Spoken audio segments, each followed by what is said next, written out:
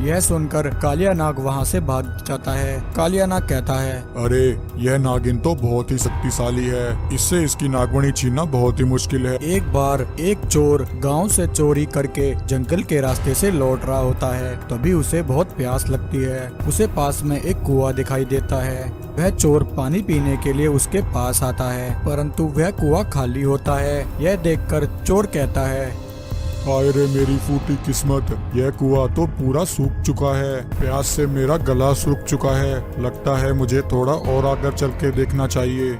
यह कहकर चोर वहां से जाने लगता है। तभी उस कुएं में से एक आवाज आती है, रुको मनुष्य, मैं जादुई कुआं बोल रहा हूँ। मैं यहाँ से आने जाने वालों की इच्छाएं पूरी करता हूँ। अगर तुम्हारी भी कोई इच्छा है तो मुझे बताओ, मैं उसे अवश्य पूरी करूँगा। जादू कुएं की बात सुनकर चोर के मन में लालच आ जाता है। वह मन ही मन कहता है, अरे पानी तो मैं कहीं और तलाश कर लूँगा। क्यों ना मैं इस कुएं से बहुत सारा धन दौलत मांगूं, फिर मैं बहुत अमीर हो जाऊंगा और मुझे गांव-गांव जाकर चोरी नहीं करनी पड़ेगी। तब चोर कुएं से कहता है, सुनो कुएं, मुझे बहुत सारा धन चाहिए। मैं गांव में चोरी कर कर थक गया हूँ, मुझे बहुत अमीर होना है। चोर की बात सुनकर कुआं कहता है, ठीक है मनुष्य, तुम इस कुएं के अंदर आ जाओ। इस कुएं के अंदर तुम्हें बहुत सारा धन मिल जाएगा। यह सुनकर वह लालची चोर उस कुएं में छलांग लगा देता है। वहीं दूसरी तरफ वह कुआं एक चुड़ैल लोक में खुलता है। वह लालची चोर चुड़ैल लोक में आ जाता है। अरे ये मैं कहाँ आ गया? लगता है मेरे साथ धोखा हुआ है। यह जगह तो मुझे बड़ी डरावनी लग रही है। वहीं चुड़ैल लोक में एक भयानक बूढ़ी चुड़ैल रहा करती थी। चुड़ैल उस लालची चोर को देख लेती है। अरे वाह, बहुत दिनों बाद कोई शिकार हाथ लगा है। आज तो दावत करूंगी।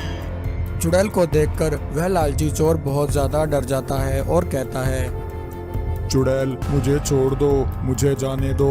मैं यहाँ गलती से आ गया, मुझे कोई धन दौलत नहीं चाहिए। तुम मुझे यहाँ से जाने का रास्ता बताओ। चुड़ैल कहती है, मूर्ख व्यक्ति, जो यहाँ एक बार आ जाता है फिर वह वापस लौटकर कभी नहीं जाता। बहुत दिनों से भूखी हूँ और आज तुझे खाकर अपनी भूख शांत करूँगी। तब चोर कहता है, चुड़ैल तुम मुझे मत खाओ, तुम मुझे अपना गुलाम बना लो। मैं तुम्हारी सेवा करूँगा, परंतु कृपा करके मुझे मत मारो।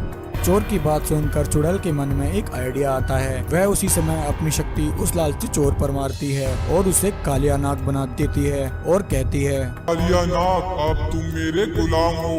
अब मैं जो कहूँगी तुम वही करोगे। मैं बहुत बूढ़ी हो गई हूँ। बूढ़ी होने के साथ साथ मेरी सारी शक्तियाँ छीन गई हैं। मुझे मेरी शक्तियाँ वापस पानी है। तुम मुझे इच्छाधारी नागिन की नागमणि ला कर दो। नागमणि से ही मेरी शक्तियाँ वापस आ सकती हैं। जल्दी से जाओ और यह काम पूरा करो। और अगर तुमने मुझे धोखा देने की कोशिश की तो याद रखना, मैं तुम्हें जीवित नहीं छोड़ूंगी। चुड़ैल की बात सुनकर कालिया नाग उसी समय धरतीलोक आ जाता है और वहाँ इच्छाधारी नागिन को तलाश करने लगता है। उस समय इच्छाधारी नागिन धरतीलोक पर ही थी और बच्चों के साथ खेलकर अपना समय व्यतीत कर रही थी। वह कालिया नाग नागिन को देख लेता है और उसकी नागमणि देखकर वह नागिन की तरफ भागता है। इच्छाधारी नागिन कालिया नाग को अपनी तरफ आते हुए देख लेती है। अरे यह कालिया नाग यहाँ कहाँ से आ गया? यह तो मर चुका था। इसे वापस किसने जीवित किया?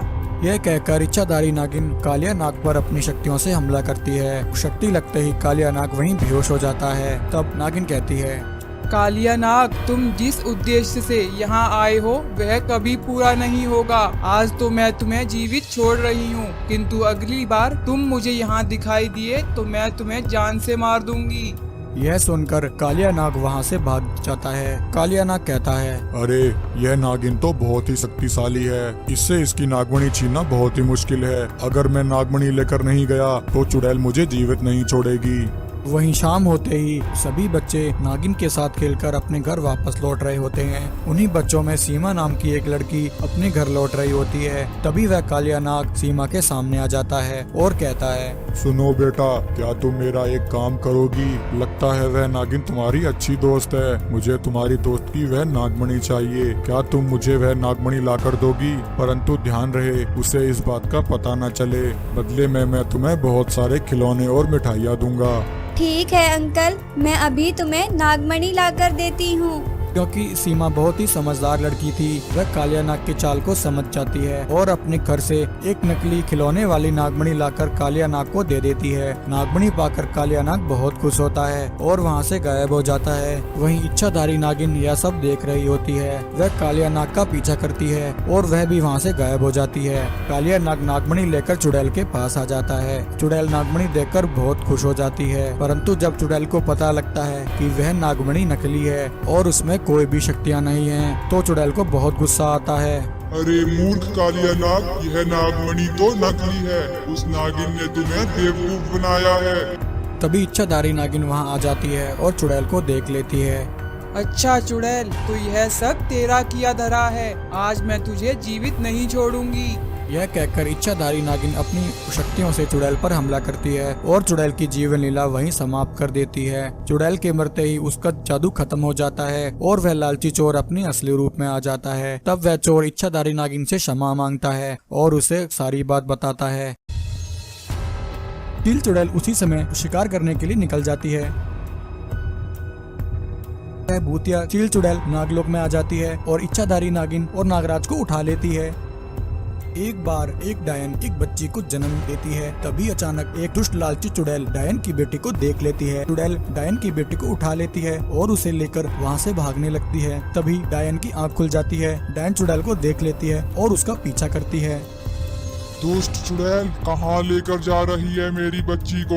रुक जा चुड़ैल, वरना तुझे मैं नहीं छोड़ूंगी। चुड़ैल भागते हुए गुफा के बाहर आ जाती है। तभी डायन पीछे से चुड़ैल पर एक शक्ति मारती है। शक्ति लगते ही चुड़ैल जमीन पर गिर जाती है और डायन की बेटी चुड़ैल के हाथ से छूटकर समुद्र में गिर जाती है। यह देखकर डायन को बहुत गुस्सा आता है। डायन बोलती है, चुड़ैल, यह तूने क्या किया? तूने मेरी बच्ची को समंदर में फेंक दिया। तूने मेरी बच्ची की हत्या की है। मैं तुझे नहीं छोड़ूंगी। इतना कहकर डायन अपनी शक्ति से उसी समय चुड़ैल को एक भूतिया चील बना देती है। यह देखकर लालची चुड़ैल घबरा जाती है और डायन से कहती है, डायन बहन, मुझे माफ कर दो। मुझसे गलती हो गई। मैं फिर कभी ऐसा नहीं करूंगी। मैं फिर कभी किसी बच्चे को नहीं उठाऊंगी। डायन बोलती है, चुड़ैल, मैं तुझे सिर्फ एक ही शर्त पर इस श्राप से आजाद करूंगी। तुझे अगले 1 वर्ष तक मेरी सेवा करनी होगी। हर रोज मेरे लिए शिकार लेकर आना होगा। 1 वर्ष पूरा होते ही मैं तुझे इस रूप से आजाद कर दूंगी। अब जा और मेरे लिए शिकार लेकर आ। डायन की बात सुनकर भूतिया चील चुड़ैल उसी समय शिकार करने के लिए निकल जाती है। वहीं समंदर की गहराई में कुछ जलपरियां निवास करती थी। उन जलपरियों में एक सुनहरी जलपरी भी थी जो वहाँ की रानी थी। डायन की बेटी जलपरियों के पास आकर गिरती है। उस बच्ची को देखकर जलपरियां हैरान हो जाती हैं। तभी सुनहरी जलपरी बोलती है, अरे यह अचानक किसकी बच्ची यहाँ आ गिरी? बहन, देखने में तो यह बच्ची राक्षस कुल की लग रही है। अब हम इस बच्ची का क्या करें? चलो बहन, हम इस बच्ची को वापस धरती लोक छोड़ाते हैं। सुनहरी जलपरी बोलती है, नहीं बहन, धरती लोक पर इसे खतरा हो सकता है। परंतु रानी जलपरी, यह बच्ची किसी चुड़ैल या डायन की है। हम इसे अपने पास कैसे रख सकते हैं? बहन, बच्चे तो बच्चे होते हैं, फिर चाहे वह इंसान के हों या शैतान के। यह बच्ची यहीं रहेगी। तुम दोनों समंदर के बाहर जाकर इसके माता पिता को तलाश करो। हो सकता है इसकी माँ इसे ढूंढते हुए यहाँ आ जाए। सुनहरी जलपरी की बात सुनकर दोनों जलपरी सहेलियां समंदर के बाहर आकर उस भूतिया बच्ची की मां को तलाश करने लगती हैं। तभी वह भूतिया चील चुड़ैल जलपरियों को देख लेती है। चील चुड़ैल एक जलपरी को पकड़ लेती है। उसे लेकर डायन की गुफा की ओर चली जाती है। जलपरी को देखकर डायन बहुत खुश होती है। अरे वाह चुड़ैल, तुम तो मेरे लिए बहुत बड़ा शिकार लेकर आई हो। डायन उस जलपरी को मारकर वहीं खा जाती है। जलपरी को खाकर डायन कहती है, चुड़ैल, जलपरी का मांस खाकर तो मजा ही आ गया। अब मुझे इच्छाधारी नागिन और नागराज का मांस खाना है। तुम इसी समय नागलोक जाओ और उन दोनों नाग नागिन को यहाँ पकड़ लाओ। उधर जलपरी की सहेली सुनहरी जलपरी के पास जाकर उसे सारी बात बताती है। सुनहरी जलपरी कहती है, ऐसे अजीब पक्षी के बारे में तो मैंने पहले कभी नहीं सुना, जिसका सर एक इंसान का और शरीर बाज का हो। मुझे समंदर के बाहर जाकर देखना होगा। भूतिया चील चुड़ैल नागलोक में आ जाती है और इच्छाधारी नागिन और नागराज को उठा लेती है। भूतिया चुड़ैल नागिन और नागराज को लेकर समंदर के ऊपर से जा रही होती है। तभी सुनहरी जलपरी चील चुड़ैल को देख लेती है। सुनहरी जलपरी उसी समय चुड़ैल पर हमला करती है। जलपरी के हमले से चील चुड़ैल नागिन को छोड़ देती है और खुद जमीन पर आ गिरती है। नागराज जलपरी से कहता है, जलपरी बहन, तुम्हारा बहुत बहुत शुक्रिया। आज तुमने हमें इस दुष्ट चील से बचा लिया। सुनहरी जलपरी भूतिया चील से कहती है, अरे दुष्ट पक्षी, कौन है तू और तूने मेरी जलपरी सहेली को क्यों मारा? चील चुड़ैल सुनहरी जलपरी से कहती है, जलपरी, मुझे छोड़ दो। मैंने यह सब डायन के कहने पर किया है। उस डायन ने मुझे अपना गुलाम बना रखा है। मैं एक चुड़ैल थी। एक दिन लालच में आकर मैंने डायन की बेटी को उठा लिया, परंतु गलती से वह बच्ची मेरे हाथ से छूटकर समंदर में गिर गई। गुस्से में आकर डायन ने मुझे श्राप दिया और मुझे एक चील बना दिया। भूतिया चुड़ैल की बात सुनकर सुनहरी जलपरी सारी बात समझ जाती है कि वह भूतिया बच्ची जो समंदर में जलपरी के पास आकर गिरी थी, वह बच्ची उस डायन की बेटी है। सुनहरी जलपरी उस भूतिया बच्ची को लेकर डायन के पास आ जाती है। डायन, तुम्हारी बेटी अभी जिंदा है। वह बच्ची अब तक मेरे पास थी। अब तुम चुड़ैल को इस श्राप से मुक्त कर दो। अपनी बच्ची को जिंदा पाकर डायन बहुत खुश होती है और उस चुड़ैल को वापस पहले जैसा कर देती है। चुड़ैल उसी समय वहाँ से भाग जाती है।